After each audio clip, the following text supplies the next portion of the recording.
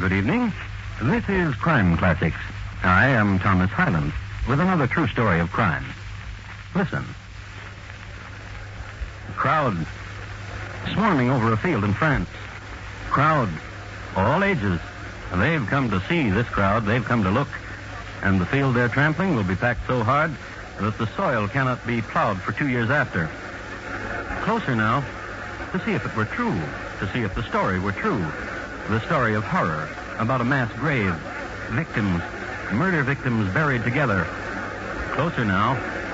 And finally, a man reaches a pit in the earth. Here! Tonight, my report to you on Baptiste Troppmann, killer of many. Crime Classics, a series of true crime stories taken from the records and newspapers of every land, from every time.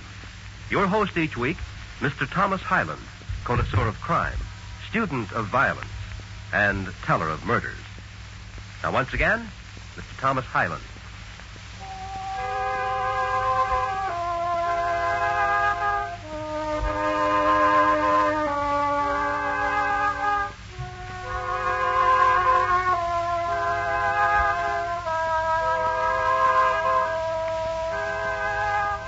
Adolescence is a trying time, a time when imagined sorrow is a constant companion, and loneliness and mystery and joy so great it bursts the heart, sometimes all in a couple of hours.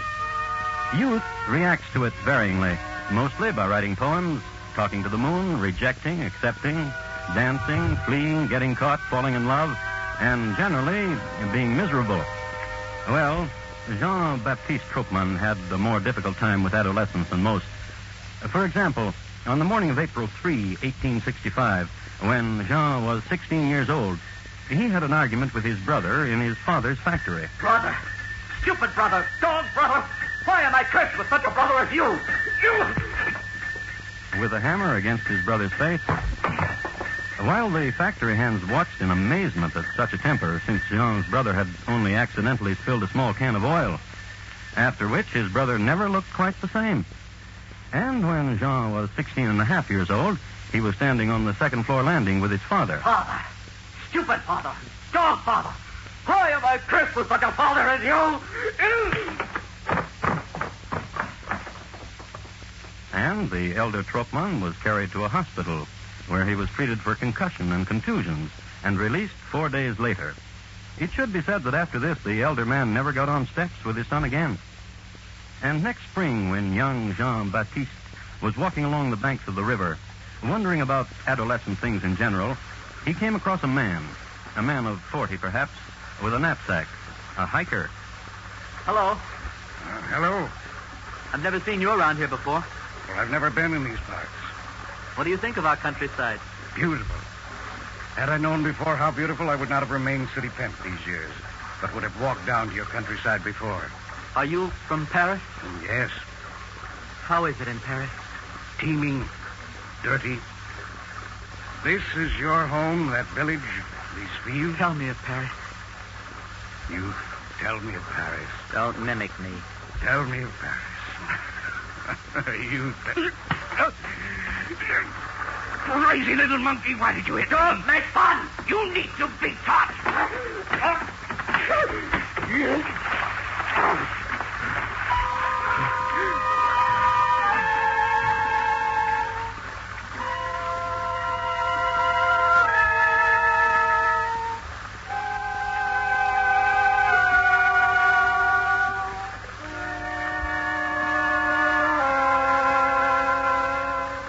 And held the man's head under the water and drowned him, and let the river's swift current carry the man away.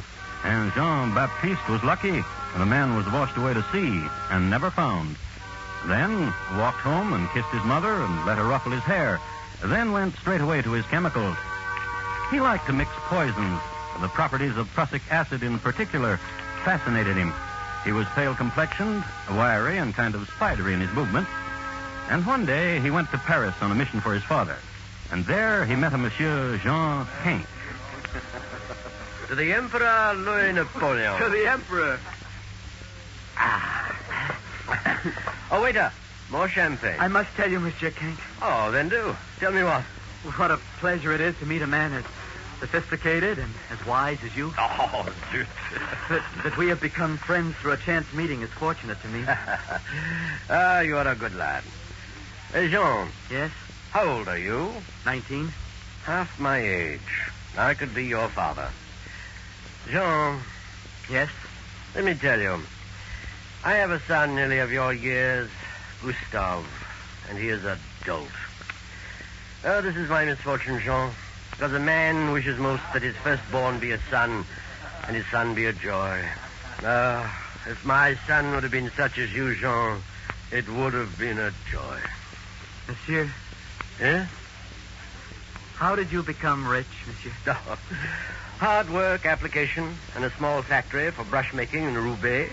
You were an intelligent man. No. Hard work, application. And this is what I must do to rise above my own poverty? Not you, Jean. You are clever. There's a quickness about you. You have imagination. And you will be rich. As rich as you? Oh, richer. Monsieur, Eh? I have a plan. I have a plan, monsieur, and I wish to interest you in it. Oh, what sort of plan? Of money, of wealth, for myself and for you. My friend and my counselor. Tell me of it. I've already told you of money, of wealth. Invest a small amount of money. The returns, fabulous. And soon you will tell me of it? Soon. Aha. Yeah. I drink again to our friendship, Jean. Lasting and good. Oh, yes.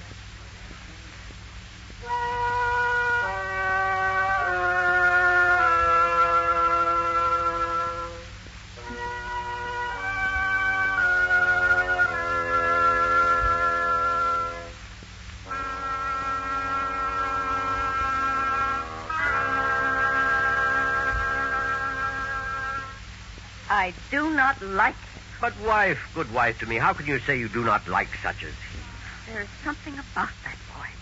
There is an evil to him. Evil? A youth of 19? Like a night bloom that sickens and exudes an essence that stifles. Oh, how can you say that? By speaking like this, Jean-Baptiste Troppmann is a youth who hugs close evil. And more I will tell you. What? When you're not here sometimes, he questions me. Well, bright lads ask many questions. Of the state of your affairs. How much money you have. In what form. How quickly could your bonds be negotiable. Have I insurance? Had you and the children? Also the value of... Mama? Yes, Gustave. The children are all asleep. Emile and Achille chose the left bed this evening. Alfred and Henri the right. And Marie is asleep the first of all, in a nursery. Oh, you're a fine son, Gustave. Gustave, Yes, Papa? next year is your birthday and you'll be 18 years of age. That is true, Papa. Tell me, son, what do you think about Henrietta? Tell your father what you think about Gustave. Playing games. Very good. What kind of games? Oh, with sticks and balls and running and jumping high into the air. Oh. And what else do you think about? My house and my mama. And my brothers, my sisters. What about them? Mama? Leave him alone. Gustave, Yes, Papa? do you ever think about the world of business? Hmm? Run along, Gustave. Find a stick and a ball and jump high into the air. Mama. Go. Why are you so cruel to your firstborn? Because I know a young man but a year older than he. Whose name is Jean-Baptiste Troppmann? Whose name is Jean-Baptiste Troppmann. And though the name may be a thorn to you, it's a name for you to remember. For this boy, this clever boy, already has a scheme to make us richer. As rich as kings. What plan? If I told you, you would prattle it all about. Nevertheless, it is a plan, such a plan as you never dreamed of. A magnificent conception of a plan. And by a boy barely 19 years old. Oh, would that he were my son. Then I should not have been his mother.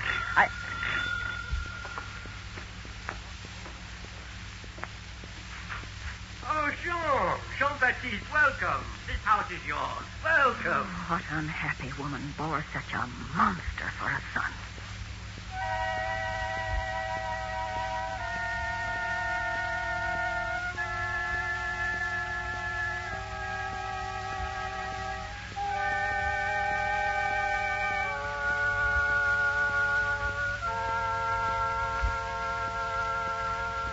The woman who bore such a monster for a son was named Madame Troppmann, and she was not unhappy.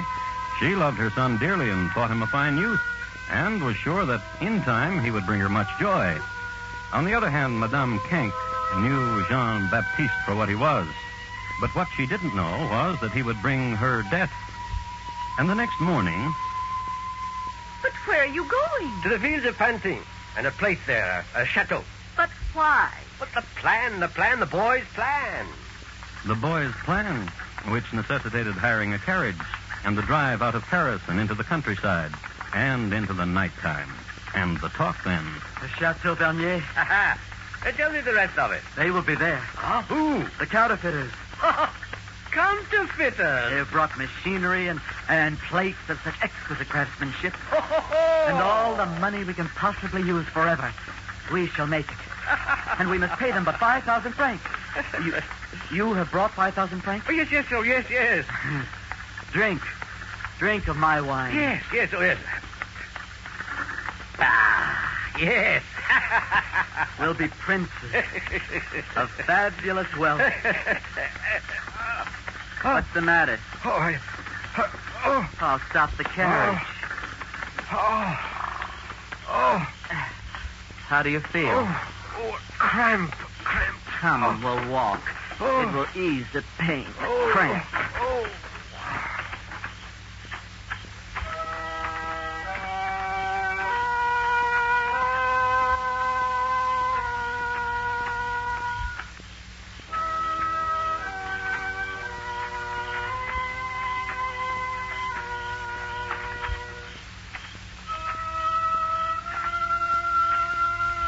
They walked only a short way, and then Monsieur Kank fell to the ground.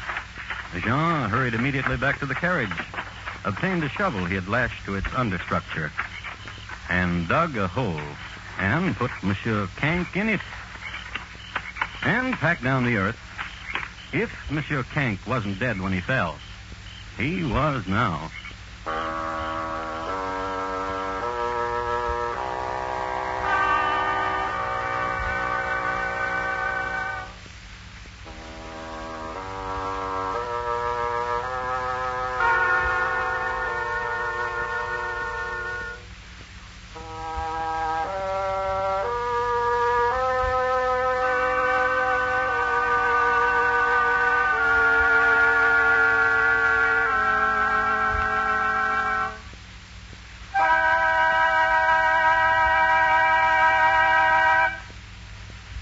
Listening to Crime Classics and your host, Thomas Hyland, and his report to you on Jean-Baptiste Troppmann, killer of many.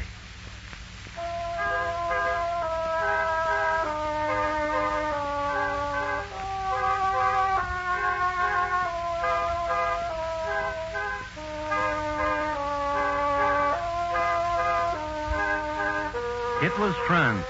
It was the Second Empire. Louis Napoleon was on the throne, and the Empress Eugenie. Those of dexterity and imagination were inventing machines, and all of Europe was in an economic upheaval caused by mechanical contrivances cleverly put together. It was the era of the speculator, the money adventurer, the exploiter. For the youth of the time, there was the opportunity for wealth beyond dreams, or poverty on the same level. And the youth of the time was Jean-Baptiste Troppmann, a youth of vision, a youth of ambition. He had a plan. Massacre the Kank family and assume identity of Jean Kank. Take his wealth and go to America. There were 8 members of the Kank family, and when we pick him up in the fall of 1868, he had only killed one, the father. One day, Jean-Baptiste wrote a letter to Madame Kank. My dearest wife, I have hurt my hand, and therefore have asked my esteemed friend Jean-Baptiste Troppmann to write this letter to you. I am here in the pension of Madame Bourget in the village of Cernay. How I miss you. How I miss my dear family. Are the 6 children too much of a travail without me? Let you and the rest content with the knowledge that our plans flourish, and soon, dearest wife, we will be very rich. Very, very rich. Now, here is what you must do. Send our oldest boy, Gustave, to me for a twofold purpose. There is work for him here with a future. And he should bring with him 5,000 francs, which is needed immediately for expenses. Your faithful husband, Jean Canque.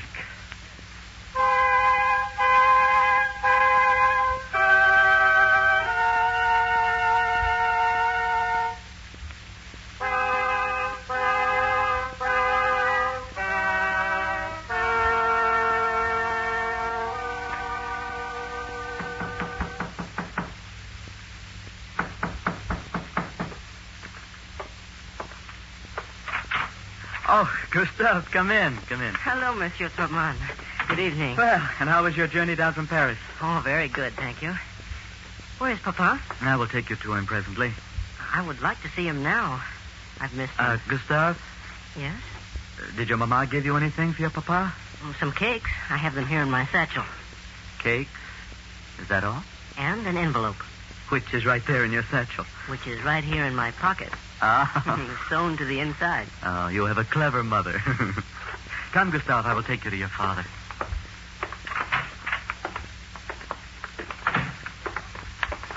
Monsieur, Yes, Gustave? my father wrote a letter and said there was work for me. Actually, there are 2 jobs available to you. Hmm? 2 jobs. One right down there at the pier. Can you swim? Oh, no. Oh, well, then you would not be suitable for this one job, for it has to do with piers and boats. But you do sums, Gustave. Oh, simple sums. Good. Monsieur, Yes? what is my father doing now? Put a step away. That shack where the winch is. Oh, I shall be very happy to... Monsieur...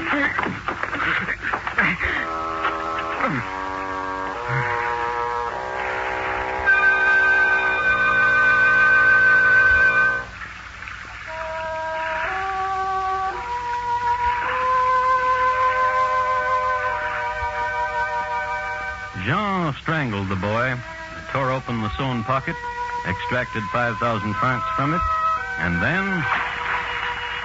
It was said that on the night of Gustave's disappearance, Jean returned to the pension exhilarated. He paid the landlady for a bottle of wine with 100 francs. He toasted everything and everybody, and went upstairs to his room singing... Avec les pieds A saucy tune of the day.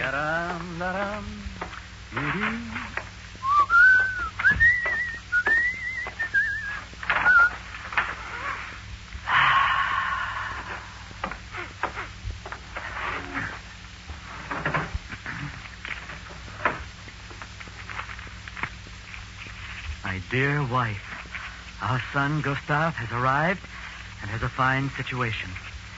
The time has come to disclose to you my secret, but I cannot leave this place. Therefore, all of you must come here for 2 or 3 days.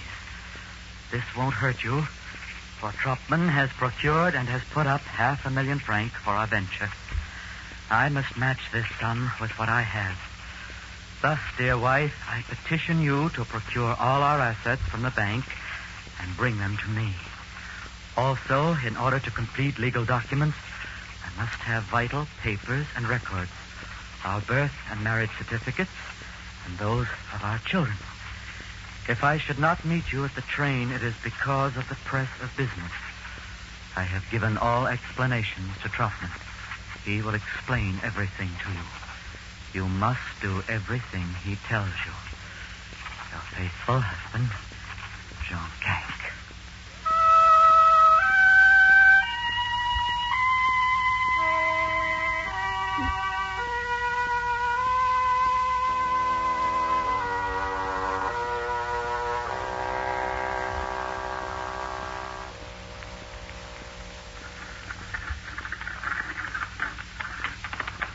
Right, Madame Canque. That chateau over there. What are the children? They sleep? Yes. Then let them. Wait. Achille? Achille, wake up. Listen. Now listen, Achille. Monsieur Troppmann will take me to Papa, who is in that chateau. I will bring him back to you and the children. Watch over your brothers and sisters, dear son, and I will bring Papa to you. Very well, Monsieur Troppmann. My arm? And will Gustave be with his Papa? Will I see my Gustave? No. No. He's dead. Huh? He's dead, Madame. As your husband is dead.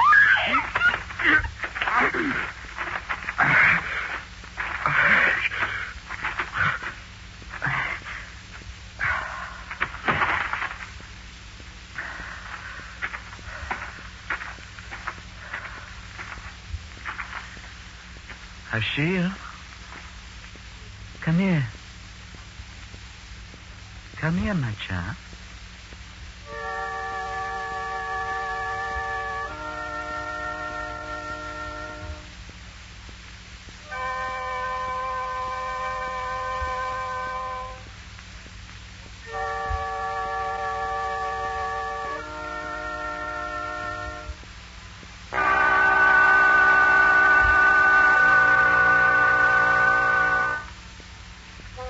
Some time later, a farmhand was walking across the fields. He saw some freshly turned earth and investigated. He ran straight to the police. And the police came to the field. And not only the police. You remember, crowd, come to see, come to look. A mass grave where were buried 6 members of the Kank family. And they saw what they had come for. Since the elder Kank was not to be found, the police immediately assumed that he was the murderer and began their fruitless hunt for him. In the meanwhile, in Le Havre, on a rainy day... And you believe there will be no difficulty in obtaining a passport for me? To America? To America. Monsieur, Yes? why do you not go to the authorities, monsieur, huh? Or do you need such as I to forge a passport for you? Invent a reason for yourself, my friend. And let it satisfy you. I will be satisfied only if I am paid well. As you will be. Of course. However, a small... Oh, forgive me, monsieur. I must... You, stay where you are. I'm afraid, monsieur, you would have to find another, my friend, the police. Well, how, Ferdinand? Have you been looking for me? There's been thievery on the docks, little friend. And I, of course, have been accused? Who else? Because it is a rainy day and you do not wish to look very far. Perhaps. Tell me, who is your friend here? What? I do not know. Who are you, monsieur? Yes, you. Who are you? Me? Exactly you. Why do you ask that? Because you are with the little thief here, and so elegantly dressed, monsieur. What do you do here? What connivance do you make with this small robber? I don't even know him. Who are you, monsieur? Your name, please. What? So hesitant, my friend? You have papers. Oh, yes. No, yes. Yes or no, monsieur? Do not run. Come back. Out. Come back. Come back. Madman. Stop the madman. He will fall into the sea. Stop him.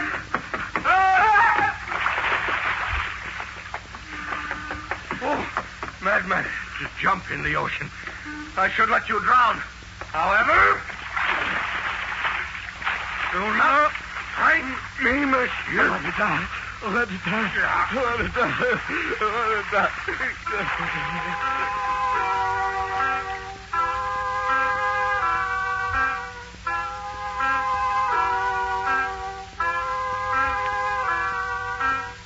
But the policeman pulled Troppmann out of the ocean and took him to the station. Here they put blankets about him and fed him hot soup because suddenly he was an important man. And because his papers, however damp, attested him to be Jean Kank. And Jean Kank was wanted by every policeman in France for the slaughter of his family, including Gustave, who'd been found drowned. I'm not Jean Kank. Oh, then who are you? Not Jean Kank. How did you get his papers? Kank gave them to me. Where is he then? Do not know. Who are you? Not Jean Kank. But who? Jean Baptiste Troppmann. Where is Kank? Listen, he's dead. He's dead. And he's been murdered. He's murdered. And Yeah? I murdered him. And his family? I helped murder them. Help? There were others. What others? I do not know. But you were there. Yes. And the Kank family is dead. Massacred. All of them.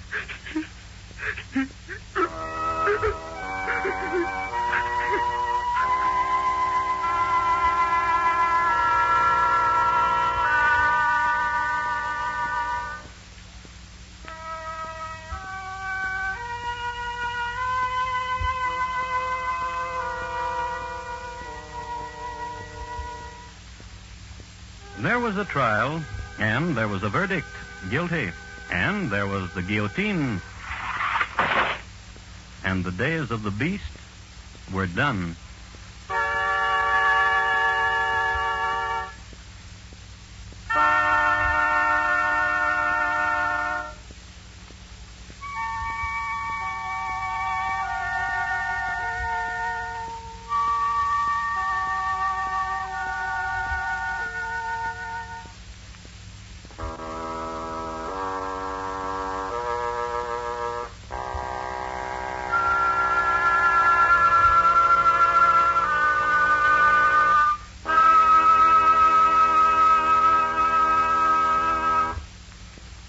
In just a moment, Thomas Hyland will tell you about next week's crime classic. Jean-Baptiste Troppmann, tonight's crime classic, was adapted from the original court reports and newspaper accounts by Morton Fine and David Friedkin. The music was composed and conducted by Bernard Herrmann, and the program is produced and directed by Elliott Lewis. Thomas Hyland is portrayed on radio by Lou Merrill. In tonight's story, Jack Edwards was heard as Troppmann.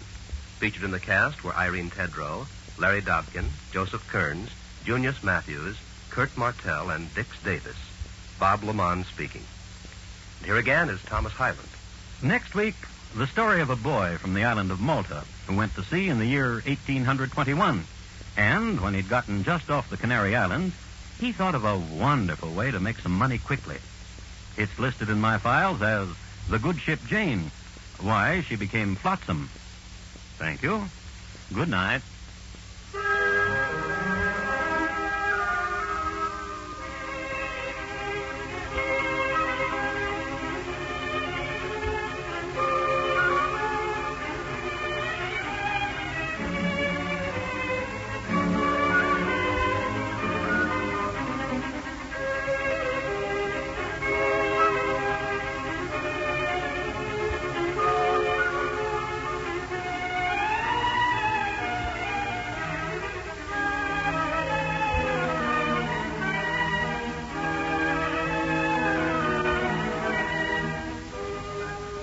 Crime Classics has come to you through the worldwide facilities of the United States Armed Forces Radio and Television Service.